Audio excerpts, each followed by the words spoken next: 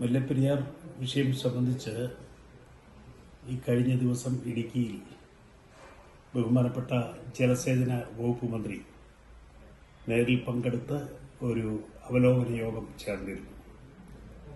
ആ യോഗത്തിൽ എന്നെ കൂടാതെ ദേവികുളം MLA ശ്രീ A. രാജ, ജില്ലാ പഞ്ചായത്ത് പ്രസിഡന്റ്, മറ്റ് ഉദ്യോഗസ്ഥന്മാർ എല്ലാവരും പങ്കെടുത്തിരുന്നു.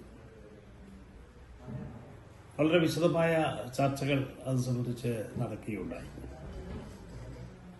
ഈ വിഷയം സംബന്ധിച്ച് ജനങ്ങളിൽ ഒരു ആശങ്ക ശക്തമായി പരന്നിട്ടുണ്ട്.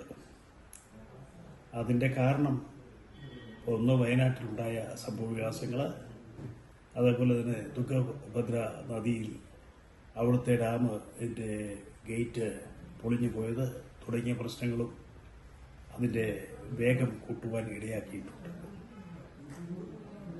എന്തായാലും ശരി, ഈ വിഷയത്തിൽ വളരെ കരുതലോടെ മുന്നോട്ട് പോകാനാണ് സർക്കാർ തീരുമാനിച്ചിട്ടുള്ളത്. അതിന്റെ അടിസ്ഥാനത്തിൽ 22-ാം തീയതി എന്റെ സാന്നിധ്യത്തിൽ വണ്ടിപ്പെരിയാർ ഗ്രാമപഞ്ചായത്ത് ഓഫീസിൽ വെച്ച് ബന്ധപ്പെട്ട ഉദ്യോഗസ്ഥന്മാരുടെ മീറ്റിംഗ് ചേരുന്നുണ്ട്. അവിടെ സ്ഥിതിഗതികൾ വീണ്ടും വിലയിരുത്തും. ആവശ്യമെന്ന് കണ്ടാൽ അടിയന്തര സന്ദർഭങ്ങളിൽ യോഗങ്ങൾ വിളിക്കുവാനും തീരുമാനമെടുക്കുവാനും ബഹുമാനപ്പെട്ട ജലസേന വകുപ്പ് മന്ത്രി എന്നെ ചുമതലപ്പെടുത്തിയിട്ടുണ്ട്. അത് ബന്ധപ്പെട്ട ഉദ്യോഗസ്ഥന്മാരുമായി ആലോചിച്ച് തീരുമാനങ്ങൾ എടുത്തു മുന്നോട്ട് പോകുന്നതാണ്. കേരളത്തിലെയും തമിഴ്നാട്ടിലെയും മുഖ്യമന്ത്രിമാർ തമ്മിൽ കൂടി ആലോചിച്ച് പ്രശ്നത്തിന് എന്തെങ്കിലും ഔട്ട് ഓഫ് കോർട്ട് സെറ്റിൽമെന്റ് ഉണ്ടാക്കുവാൻ കഴിയുമോ എന്ന് പരിശോധിക്കണം എന്ന അഭിപ്രായമാണ് ഉരുത്തിരിഞ്ഞു വന്നിട്ടുള്ളത്. അക്കാര്യവും എവരുടെയും ശ്രദ്ധയിൽപ്പെടുത്തുകയാണ്. ജനങ്ങൾ ആശങ്കപ്പെടേണ്ടതായ സാഹചര്യങ്ങൾ ഇപ്പോഴില്ല എന്നുള്ളതാണ് എനിക്ക് പറയുവാനുള്ളത്. ഈ മുല്ലപ്പെരിയാർ വിഷയമായിട്ട് ബന്ധപ്പെട്ട് തമിഴ്നാട്ടിലെ കർഷക സംഘടനകളൊക്കെ സമരരംഗത്തേക്ക് ഇറങ്ങുന്ന ഒരു സാഹചര്യം കൂടി കഴിഞ്ഞ ദിവസം നമ്മൾ കണ്ടിരുന്നു.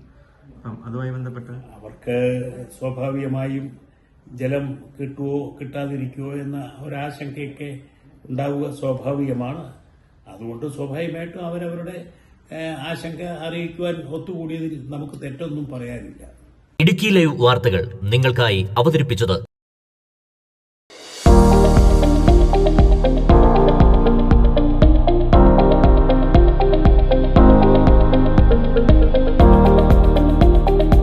എല്ലാ ഫർണിച്ചറുകൾക്കും വൻ വിലക്കുറവ്. 4 നിലകളിലായി മികച്ച കളക്ഷൻസ്.